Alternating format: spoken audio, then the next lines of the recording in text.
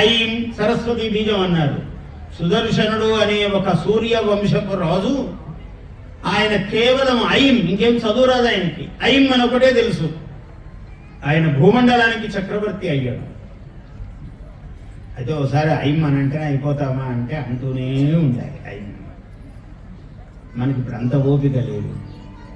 పొద్దున్న నుంచి సాయంత్రం దాకా చేసినాను గురువు గారు, ఐం అని మీరు చెప్పినారు, ఏమి రాదు నాకు. ఏమన్నా లేచావా మధ్యలో అంటే ఇంక భోజనానికి దానికి లేయకుండా ఎట్లుంటాం గురువు గారు, ఒక భోజనానికి 1 గంట లేచాం. పొద్దున్న 9కి మొదలు పెట్టావు కదరా, మరి ఏమంటే కొంచెం ఆలస్యం అయింది టిఫిన్ చేయడానికి, 10 గంటలకు ఒకసారి టిఫిన్ కోసం లేచినాను. బాగానే ఉంది. మరి 10 గంటలకు టిఫిన్ కోసం లేచినావు, 1 గంటకు భోజనానికి లేచినావు, 3 గంటలకు స్నాక్స్, 3కు లేచినావు, మళ్ళీ కాఫీకి లేచినావు, 5కు లేవడమే సరిపోయే కానీ చేసింది ఎప్పుడురా అంటే వాటి పొద్దున్న నుంచి సాయంత్రం దాకా చేశానని వీడు లేచిందంతా మళ్ళీ కూర్చున్నది ఎప్పుడు? లేచినప్పుడు సరే ఈ పని ఆ పని మధ్యలో ఏవో చిన్న ఉండనే ఉంటాయి, అన్నీ అయి మళ్ళీ వీడు కూర్చుంటున్నాడు.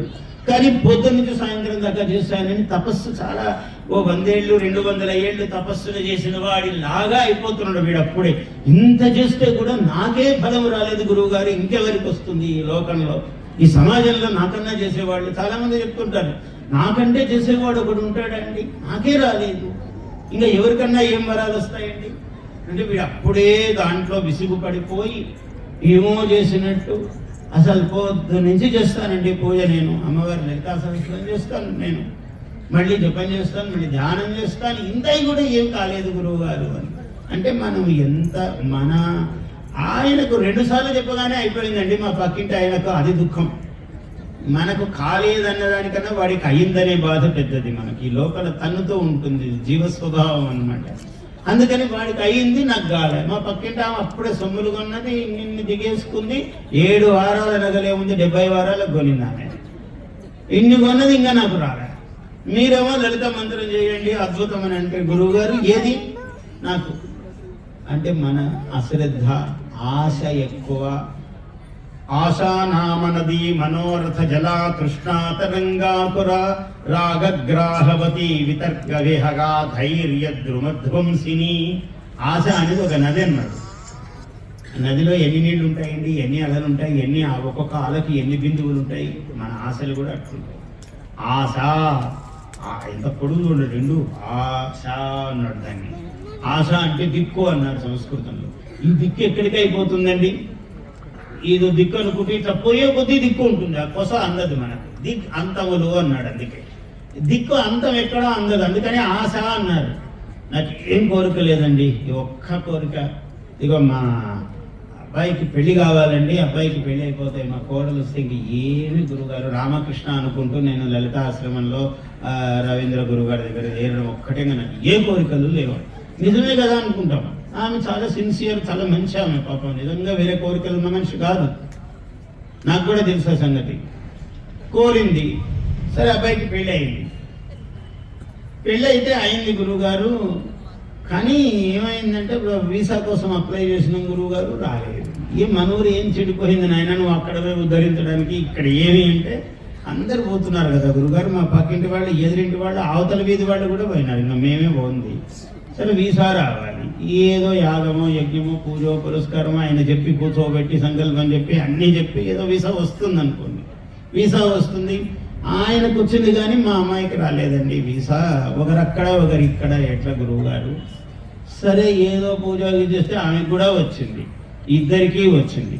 వచ్చినాయి కానీ గురువు గారు మళ్ళీ కానీ ఏమమ్మా ఏమైందంటే ఒక్క కాయ కాయలేదు గురువు గారు. అప్పుడే 2 ఏళ్ళు ఆగా పెళ్ళయి.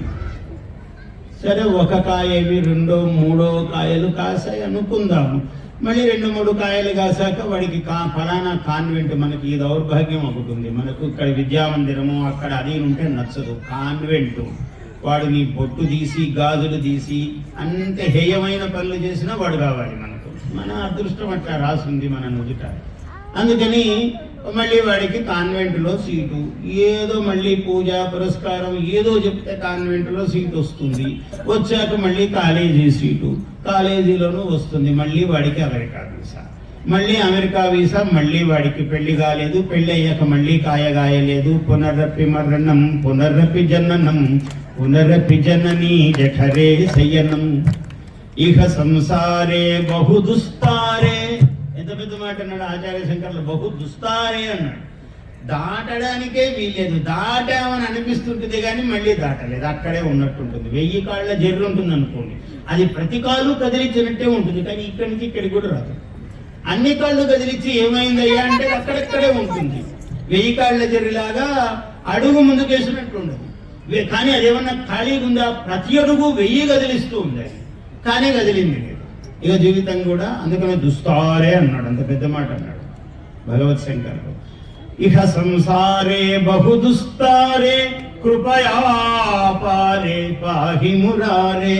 అపారే, పారమే లేదు, తీరమే లేదు, సముద్రం ఈదుతున్నాం ఈదుతున్నాం ఈదుతున్నాం ఈదుతున్నాం ఈదుతున్నాం, అదే అలలే వస్తున్నాయి. మళ్ళీ కొడుకు, మళ్ళీ కాన్వెంట్ సీటు, మళ్ళీ చదువు, మళ్ళీ కాలేజీ, మళ్ళీ అమెరికా, మళ్ళీ వీసా, మళ్ళీ పెళ్లి, మళ్ళీ పిల్లలు, ఇదే తంతు, ఎక్కడ విశ్రాంతి లేదు. అందుకని దీనికి దొరకదురా, ఎక్కడో చోట నీవే దారి వెతుక్కోవాలి పక్కకు అన్నారు. ఎట్లా వెతుక్కుంటామండి ఇందులో పోయి? ఎక్కడ మనం బయటికి పోతాము అంటే ఎక్కడో చోట నువ్వు అందులోనే ఉండి. ఒకడు అన్నాడు, ఒకటి నీళ్ళలో స్నానం చేసి వచ్చాడు, శరీరంలో తడి ఏమీ లేదు, ఒకడు తడితోనే ఉన్నాడు. ఏమిరా అంటే వీడికి ఈ తడి అంటకూడదు అన్నాడు. నీళ్ళలో దిగాక తడి ఎట్లుగా అంటదండి? అంటించుకొని వాడే యోగి. నీళ్ళలో దిగాలి, స్నానం చేయాలి, తడి అంటకూడదు. అంటే ఎక్కువసేపు తడి ఉండకూడదు, ఆరిపోతుంది కాసేపటికి. కానీ ఆరకుండా తడి పెట్టుకోవాలనుకున్నవాడు సంసారి. ఆ తడిని త్వరగా ఆరజేసుకున్నవాడు యోగి. ఒకడు బయట కూర్చున్నాడు, నీళ్ళలో దిగలేదు, నాకు తడి అంటలేదండి అంటే పనికిరాదురా, దిగి అంటకుండా ఉండాలి, వాడు యోగి. నేను దిగకుండా ఉన్నానండి బయటే అంటే తడి అంటలేదంటే నీ గొప్పతనం కాదు. అది సంసారం అనేది కూడా దీన్ని జలధి అన్నారు, సముద్రం అన్నారు. ఏదో ఇంత అంత తడి కాదండి, సముద్రం. పడు లోపల పడ్డాక బయటికి రావాలి, ఎట్లా రావాలి? అదే యోగం అన్నారు.